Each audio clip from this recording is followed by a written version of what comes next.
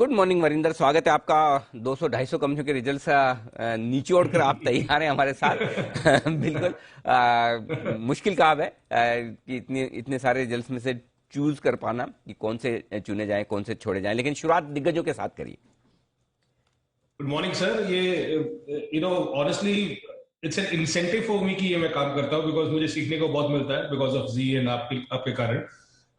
But focusing on the larger companies, Tata steel के numbers बहुत अच्छे थे सर। आई थिंक सबको मालूम ही था जिस तरीके से नंबर स्टील के नंबर्स आ रहे हैं। तो एबिटा पर टन देखेंगे तो 20,000 पर टन आया compare to 18,000। I think honestly sir commentary जरूरी होगी इनकी, बिकॉज डोमेस्टिक बिजनेस ने बहुत अच्छा किया, यूरोप ने उतना अच्छा नहीं किया। So let's see what they have to say in the commentary. आगे जाके a lot of people are expecting कि ये 23,000 24,000 पर टन इतना कमा सकता है। So it is all dependent on the cycle. Stock correct हो चुका है, so let's see how it behaves today. Berger Paints totally in line set of numbers. MGL were better than what people were expecting. Margins 43% expected थे, 47% आए, 47% आए, but volumes में YoY अभी भी नीचे है सर। और 2.9 mmms CMD जो यूनिट होता है उसका उतना एक्सपेक्टेड था, उतना ही नंबर आया। तो वॉल्यूम्स में ज्यादा बढ़ोतरी नहीं हुई। It's only because of the cost cutting, margin आपको ज्यादा दिख रहे हैं। बट एक नंबर सर जो मुझे बहुत अच्छा दिखा लार्जर में, मैं मुठुत बोलूंगा। मुठुत सर मैं एक ही नंबर बोलूंगा कि इसमें मेरे ख्याल में बहुत टाइम के बाद आफ्टर सेवरल क्वार्टर्स जो स्टेगनेंट कस्टमर और लोन काउंट हो रहा था, उसके बाद हमने देखा पहली बार बहुत क्वार्टर्स के बाद 4 to 5% सिक्वेंशियल ग्रोथ हुआ, जो कि एनकरेजिंग था। ऑफ कोर्स इंटरनल्स देखेंगे तो सर इसका जो कॉस्ट ऑफ फंडिंग है वो कम हो रहा है। आई थिंक 100 बेसिस पॉइंट कम आया, तो वो अच्छी बात है। 2 टाइम पे ट्रेड कर रहा है sir stock, 2 times book value पे, तो एक्सपेंसिव स्टॉक नहीं है। तो अगर मुझे चारों में से उठाना है तो I think Muthoot Finance for me were way better numbers compare to anything else. के तो मुथूट फाइनेंस बिल्कुल नंबर्स दमदार आए थे और मार्केट आवर्स में हम इसकी बात भी कर रहे थे कि बहुत ही तगड़े रिजल्ट्स आए। लेकिन आइए अब आपकी पसंदीदा स्पेस में चलते हैं जहां नतीजे हैं दमदार और वैल्यूएशंस भी हैं सस्ते। बताइए सर। एक कंपनी मेरे ख्याल में जो सब लोग भूल चुके हैं और बहुत टाइम के बाद वापस आ रही है, I think after 4 or 5 years, और जिसकी बात ज्यादा नहीं होती है, वो है Neelkamal. One stock which I have been liking for a long time. Numbers देखेंगे सर आप तो, और इंपॉर्टेंट है सर ये ट्रेजेक्टरी आप देखेंगे 4-5 साल के बाद। उसका एबिटा 43% ऊपर आया था, पीबीटी 73% ऊपर था। उसका जो सेगमेंटल डिवीजन होता है, जो प्लास्टिक सेगमेंट है, उसका एबिट 74% ऊपर आया था। तो नंबर्स बहुत अच्छे हैं सर। और अगर आप वैल्यूएशंस कंपेयर करें sir, the stock is trading at 15 times next year earnings. So I don't know why people keep on saying कि यार कंपनीज मिलता नहीं है, अच्छा कंपनी सस्ते वैल्यूएशन में मिलता नहीं है। So Neelkamal is one example.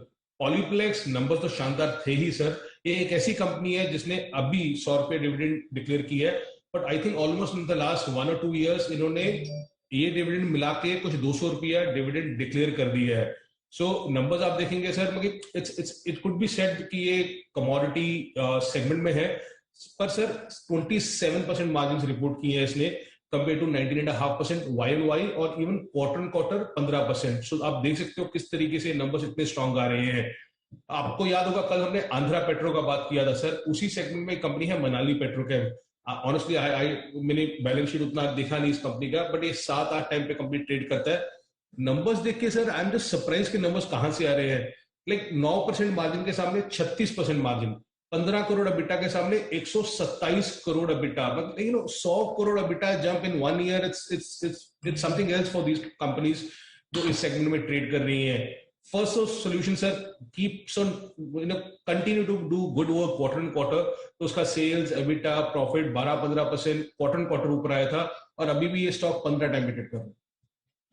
First source तो गजब ही तगड़ी परफॉर्मेंस आई है एकदम। और देखते हैं आज है शायद उनकी कौन कॉल भी है, उसके बाद आइडिया लगेगा कि आगे का आउटलुक किस तरह का आता है। लेकिन आइए मजबूत नतीजे और अच्छे वैल्यूएशंस के बाद, नतीजे मजबूत लेकिन थोड़े महंगे हैं शेयर, इस लिस्ट में कौन से हैं स्टॉक्स? तो एंड्योरेंस और एक्सो नोबल सर, एंड्योरेंस के नंबर अच्छे आए थे, एबिटा 35% ऊपर था, प्रॉफिट 50% ऊपर था। अगेन मतलब auto sector, auto ancillary sector has been doing very very well.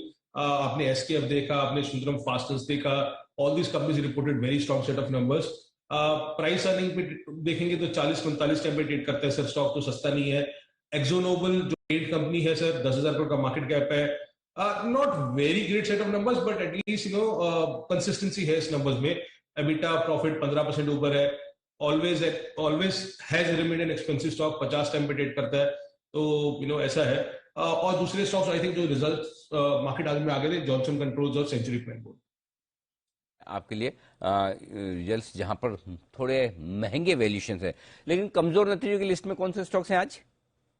Sir honestly burger king, मैं उसको सबसे पहले रखता हूँ। और टोरेंट पावर के अभी कॉल होगा सर 9:30 बजे, तो उसमें डिटेल्स आएंगी। नंबर्स, हेडलाइन नंबर्स उतने स्ट्रॉन्ग नहीं थे, बट उसमें कॉल ज्यादा जरूरी होती है। बट बर्गर किंग से सर नेगेटिव एसएसजी ग्रोथ आया था 35% का, 35% का।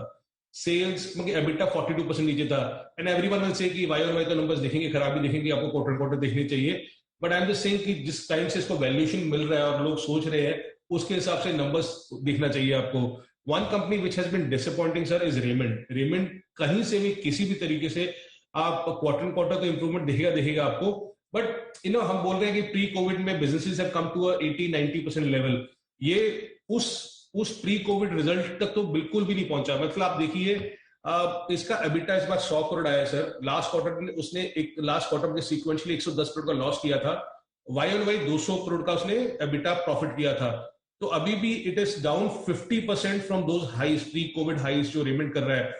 और इंपॉर्टेंटली सर, इसने अपैरल सेगमेंट जो सबसे बड़ा सेगमेंट है इसका, उसमें अभी भी ये ह्यूज एबिट लॉस कर रहा है। तो अगर सेगमेंटल रिजल्ट देखेंगे तो आपको अपैरल्स हुआ, टेक्सटाइल हुआ, किसी में भी कोई एनकरेजिंग साइन नहीं दिखेगा कि किस तरीके से कुछ अच्छा काम हुआ है। और एस्टर डीएम के नंबर्स अच्छे नहीं थे सर, प्रॉफिट 30% नीचे था। और केआरबीएल सर हमेशा से सस्ता स्टॉक रहा है, बट नंबर्स उस तरीके से नहीं आ रहे हैं। सेल्स एबिटा 15% नीचे था। अच्छा, रेमंड्स का मैनेजमेंट हमारे साथ है 12 बजे दोपहर में। ये बताइए उसको क्या पूछना चाहिए? कौन सा मैनेजमेंट सर? रेमंड्स इनके नंबर्स कब अच्छे होंगे?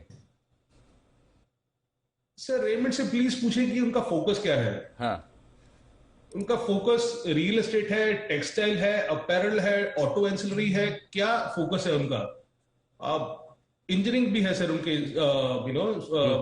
बिजनेस में। 5-6 बिजनेसेस रखे हैं उन्होंने। उनका फोकस कहां पे जा रहा है? और वाई इज दैट कि अगर टेक्सटाइल इतना अच्छा कर रहा है और अपैरल्स में भी ग्रोथ आ रहा है, कि they are lagging behind so much compare to everyone else.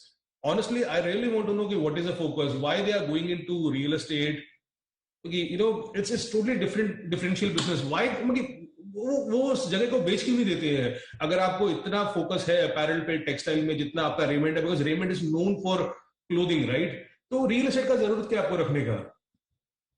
ठीक बात है। चलिए, तो ये है आपका सवाल जो हम जरूर मैनेजमेंट से पूछेंगे। दोपहर 12 बजे मैनेजमेंट हमारे साथ होंगे। अमित अग्रवाल साहब, ग्रुप CFO रेमंड्स के, देखिएगा जरूर। बहुत बहुत धन्यवाद वरिंदर, शुक्रिया ये बेहतरीन एनालिसिस हमारे दर्शकों को नतीजों पर देने के लिए।